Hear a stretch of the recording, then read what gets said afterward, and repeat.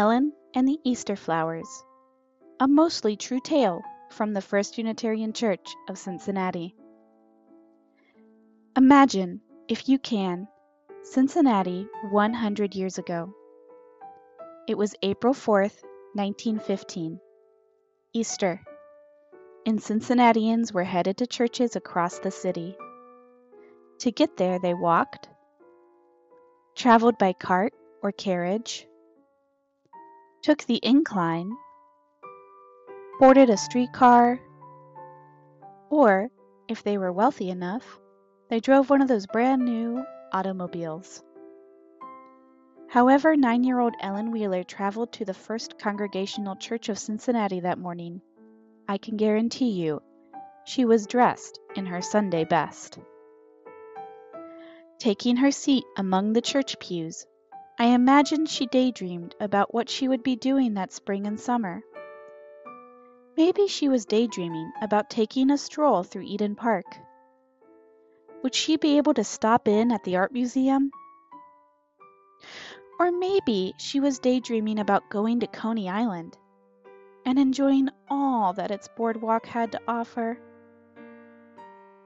Or maybe, just like us, Ellen was just happy spring had finally arrived. After the service, I'm certain Ellen's parents talked with the other adults in the congregation.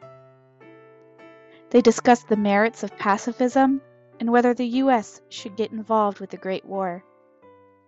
They gossiped about others, who had just had a baby and who had just gotten married. And they wondered if the Redlegs would pull off a winning season.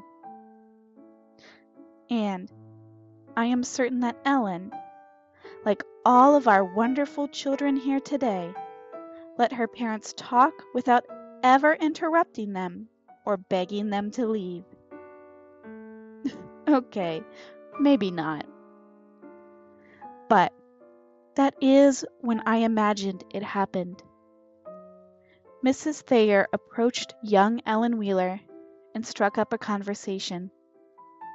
Perhaps they talked about their interests. Perhaps Ellen shared her daydreams for the summer.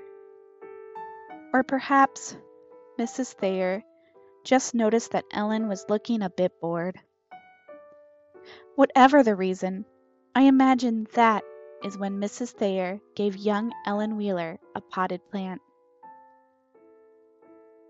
Fast forward 20 years, and now Ellen Wheeler is Ellen Hall. The country is now in the throes of the Great Depression. Many in our country can't afford food for their table or a roof over their head. Seeing the despair all around, Ellen decided to do something about it. No, she can't feed all the hungry.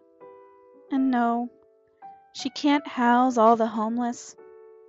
But she can at least bring a little joy into someone's life. She can, at the very least, bring a little joy to a child's life. So Ellen begins giving potted plants every Easter to the children at her church, this church, just as Mrs. Thayer had given her a plant. And over time, the tradition grew.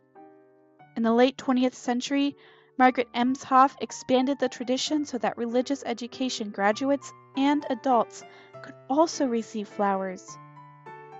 Margaret also ensured the flower tradition would continue long after her death by leaving a bequest, with the stipulation that the money she left would be used first and foremost for Easter flowers.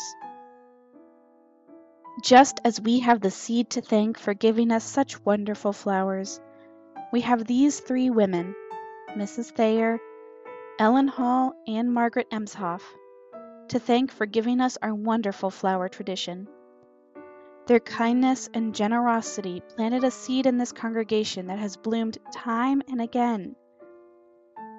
Call their blossom the flower of covenant, the flower of community, the flower of faith. I simply call it love. May it continue to bloom here, for generations to come.